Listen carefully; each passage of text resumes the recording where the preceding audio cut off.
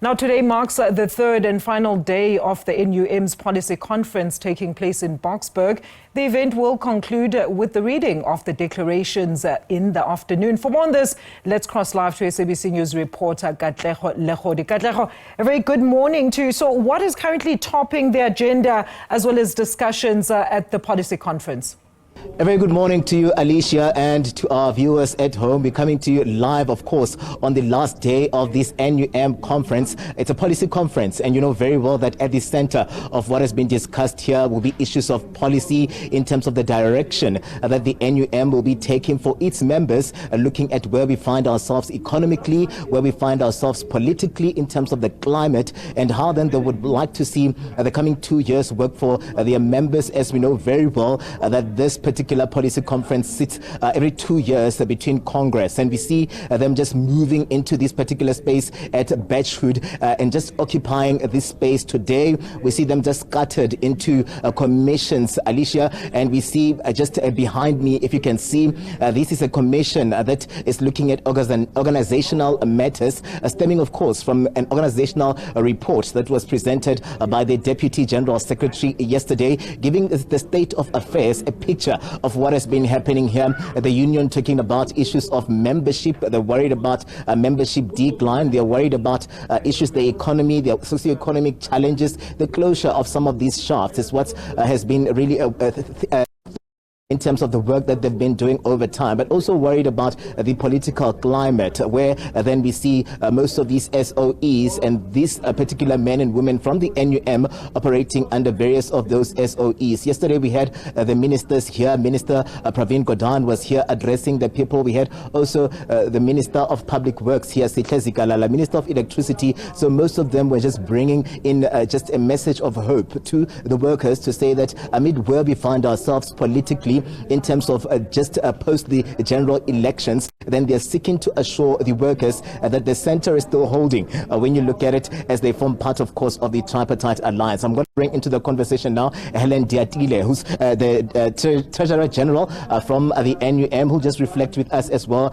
around what has happened in the past 2 days. And we're looking at these commissions today. There'll be that declaration in the afternoon, and there'll be a gala as well, dinner, that will be set up for later on, where then we're expecting to see some of the founding members of the NUM forming part of this dinner. Welcome to the SABC, Helen. It's been a marathon of talks. Really, I can see that the exhaustion is taking its toll on everybody that is in this space, as you see the energy is going down, but still upbeat around talking about issues of policies. And we grabbed you out of this commission to reflect with us. Welcome to the SABC. Let's take stock of what has happened in the past 2 days and what we can expect then today going forward.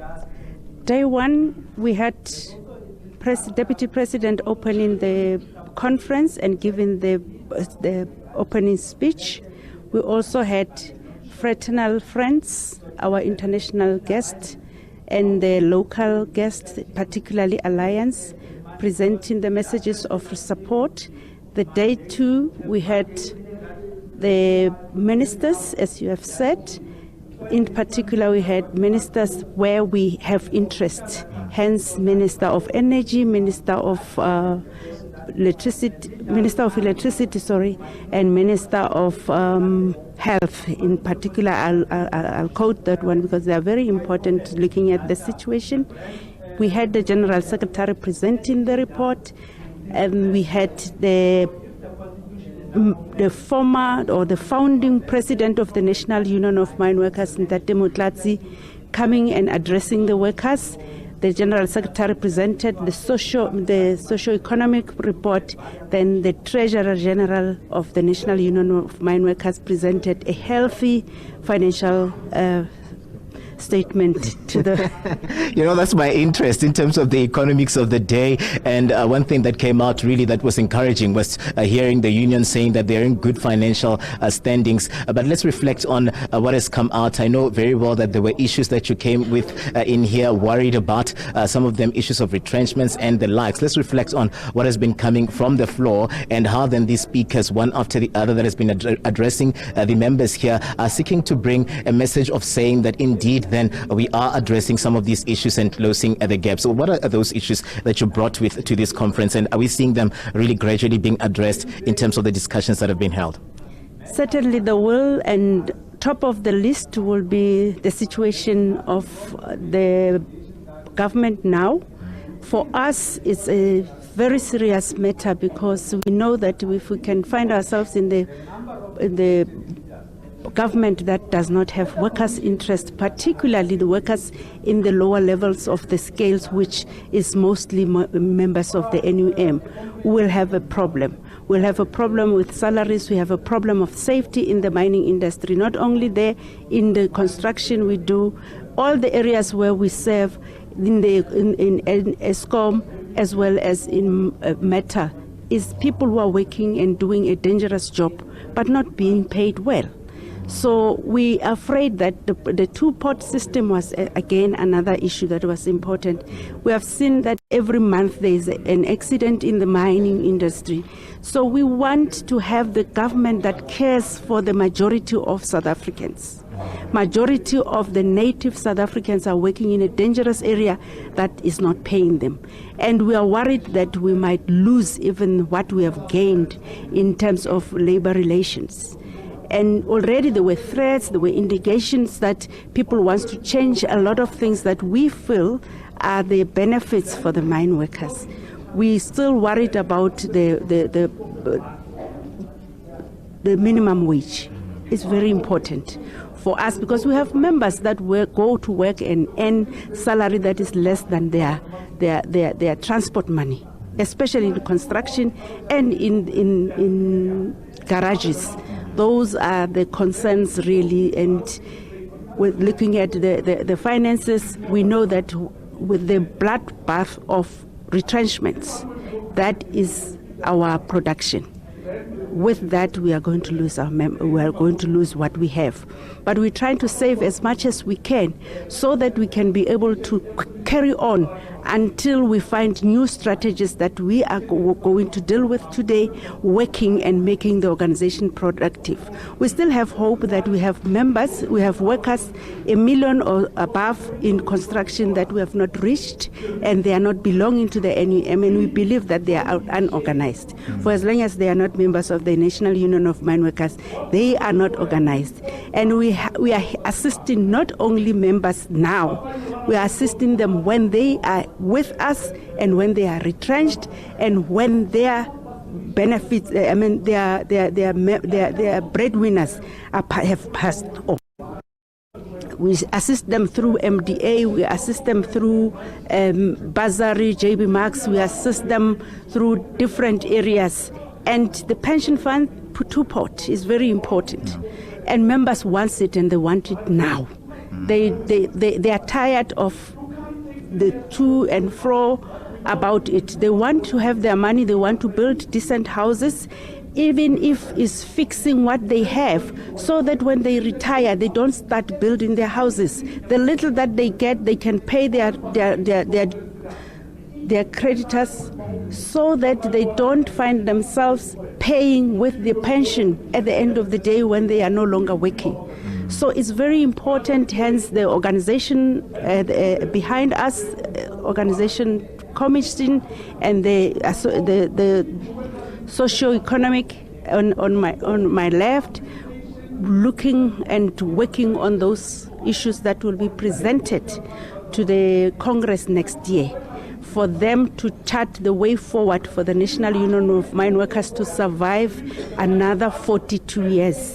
I would love to be a guest myself after that 40 years, like Ndate Mutlatsi and many others. And I was very impressed. I saw the treasurers, at least we had 4 treasurers today, when we count the Deputy General Secretary, except for one who has passed on and the other one could not make it. Yeah. So it was really a moment of pleasure for me. Yeah. And we know very well that your theme is around 41 years of just taking stock in terms of the gains of the workers and what you've worked on till today. And you've you've mentioned the apex would be what you're worried about, the political climate and where we find ourselves now. We had the Minister of Public Enterprises yesterday, Pravin Gordhan, reflecting on the state of affairs in terms of the state-owned entities and how most of them have not been coming through for the economy, have not been coming through also for the people of South Africa in terms of jobs and the likes. And we see just this movement moving into a space whereby then there would be appointments in terms of who then steps into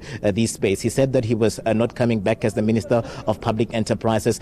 Let's find out from you as the union, who would you then like to occupy some of these positions where you organize in energy, in electricity, some of those issues, gaps that have been picked up in public works in terms of the infrastructure projects that have not been forthcoming. And we saw the Deputy President really more or less honest about the gaps that have existed over time, even in the DMRE, where the issuing of licenses are concerned. So it hasn't been that rosy looking at where we find ourselves now. As we see the political movement right now, who would you like to see occupy those positions, and what would be apex in terms of the issues that you'd like to be resolved and prioritized going forward? We would really appreciate the majority party today can be able to give the ministers in the areas where we are concerned. And precisely because of interactions, access, we are not saying we will not have difficulties and differences, but at least we are able to walk at Luthuli House and say, hang on, this is not what we want. In so far as it doesn't change, but it gives hope. That is the doors that we can knock at. So anybody in our area who comes from the areas where we come from, the majority party today will be a blessing if we can be given those ministries.